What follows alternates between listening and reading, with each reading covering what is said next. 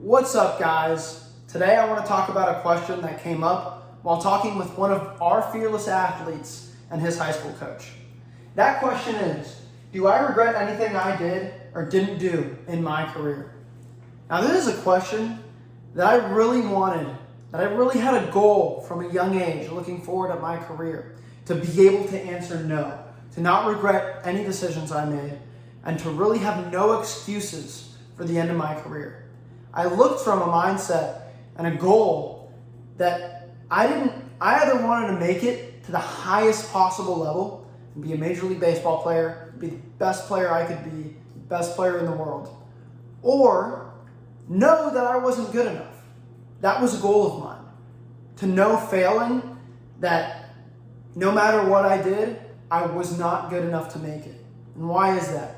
I didn't want any excuses. I wanted to know that I achieved my maximum potential and I couldn't get any better, and that's all I had left in the tank. And that at the end of the day, there were no excuses for me to say, well, if I would have done this, or if this wouldn't have happened. I didn't want to be the 45-year-old dad going to his little league games telling everyone, I would have been a professional baseball player if I wouldn't have gotten hurt, if I would have done this, if I wouldn't have done that, if this person would have set me up this way.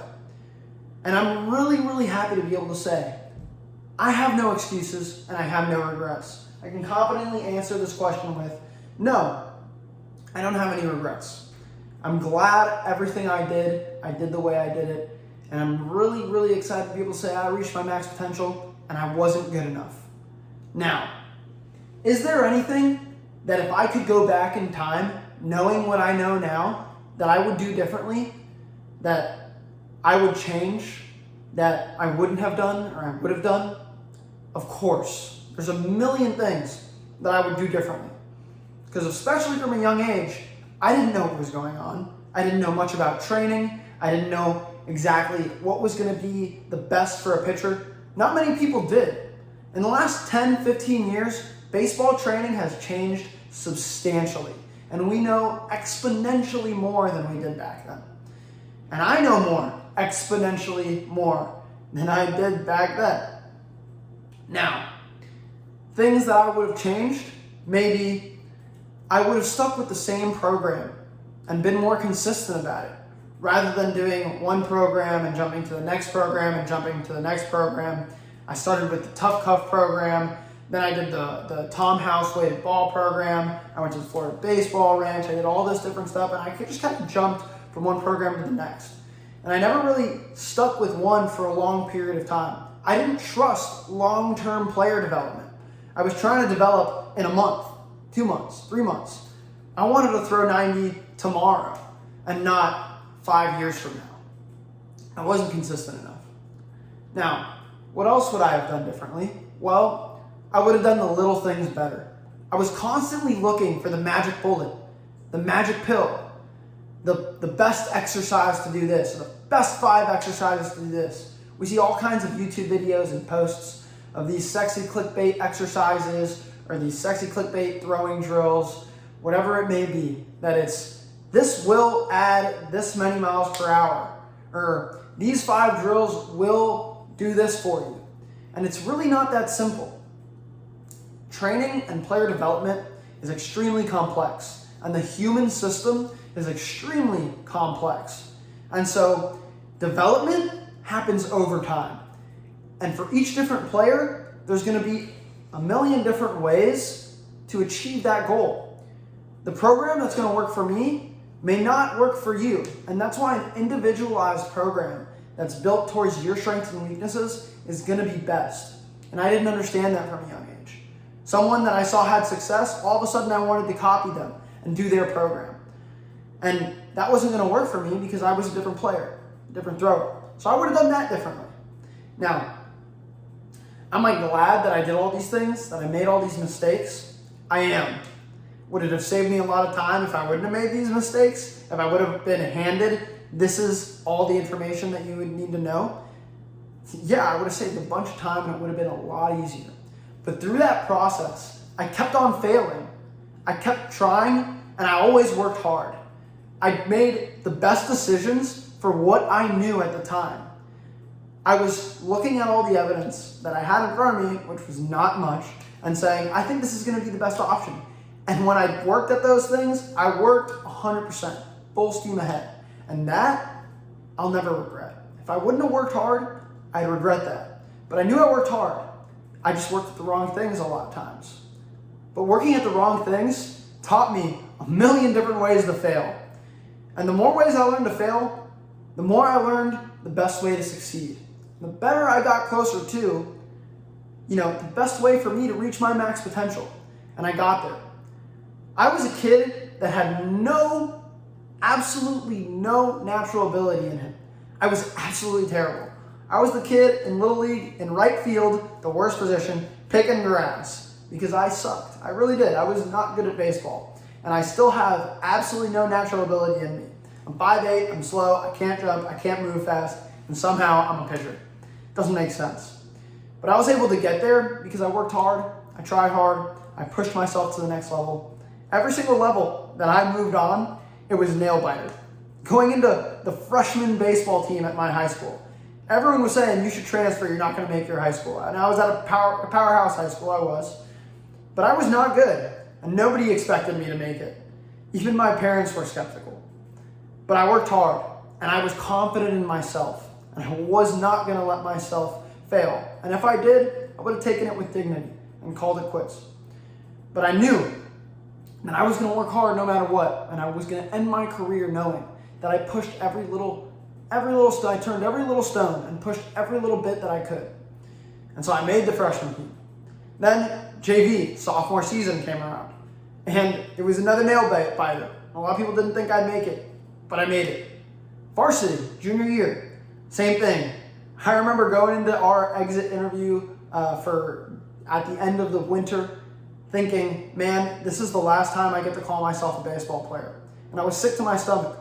And I remember going into that interview, and our head coach told me, Alex, you're going to be the 25th man on my 25-man roster. You're not going to pitch a single inning this year. But you're the hardest worker we have here, and that's why I'm taking you. And so I pushed, and I kept working. And I went into that team thinking, I might suck now, but I'm going to get so much better, and I'm going to work, and I don't care. And I had confidence about that. Next thing you knew, a year later, I started to figure out, oh man, these are the things that are going to help me train.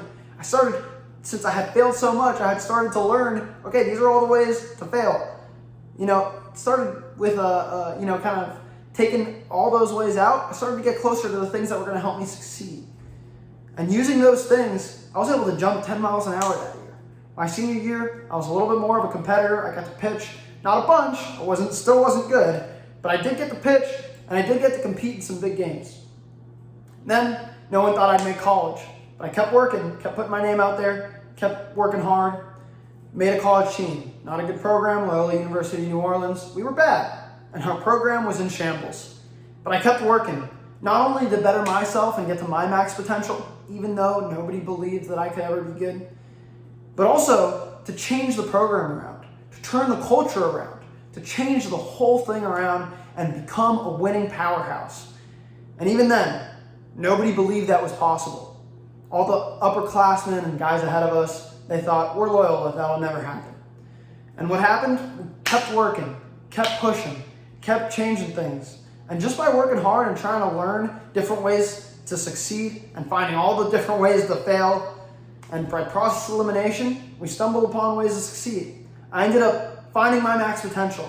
We ended up becoming a powerhouse program. By my 5th year, we were ranked number 8 in the country that season. And I was one of the most reliable guys out of the bullpen and the last man on the mound that year, really pushing and working hard.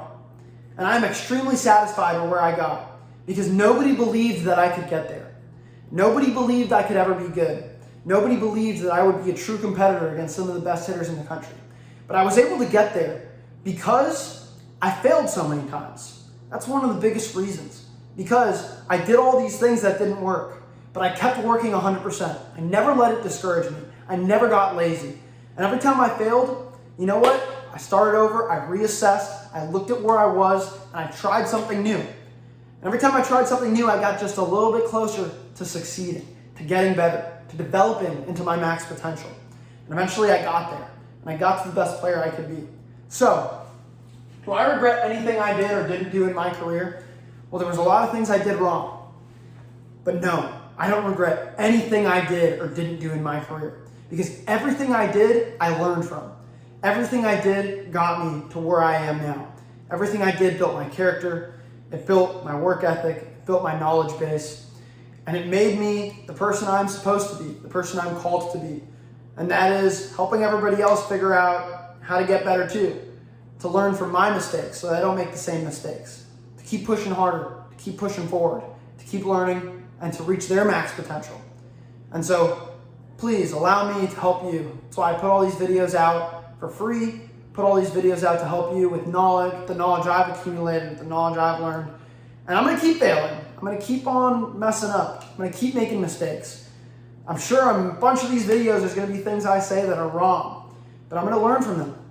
And we're gonna learn together. We're gonna get everybody to their max potential, everyone we can. Everyone that wants to work, everyone that has the work ethic to get there, everyone that wants to push, everybody that's completely bought in. So if you like this video and you want to keep talking mindset, you want to keep talking career, you want to keep all that, drop something in the comments below. Let's talk about it. Let's start a conversation. Let's continue a conversation. Let's keep getting better. If you're interested in training with us, learning from my mistakes, and trying to reach the max potential you have, then DM us or email us. Check out our website and the link in our bio. Fill out the athlete application form, and let's get started with a consultation. Hope you guys enjoyed this video. Stay fearless.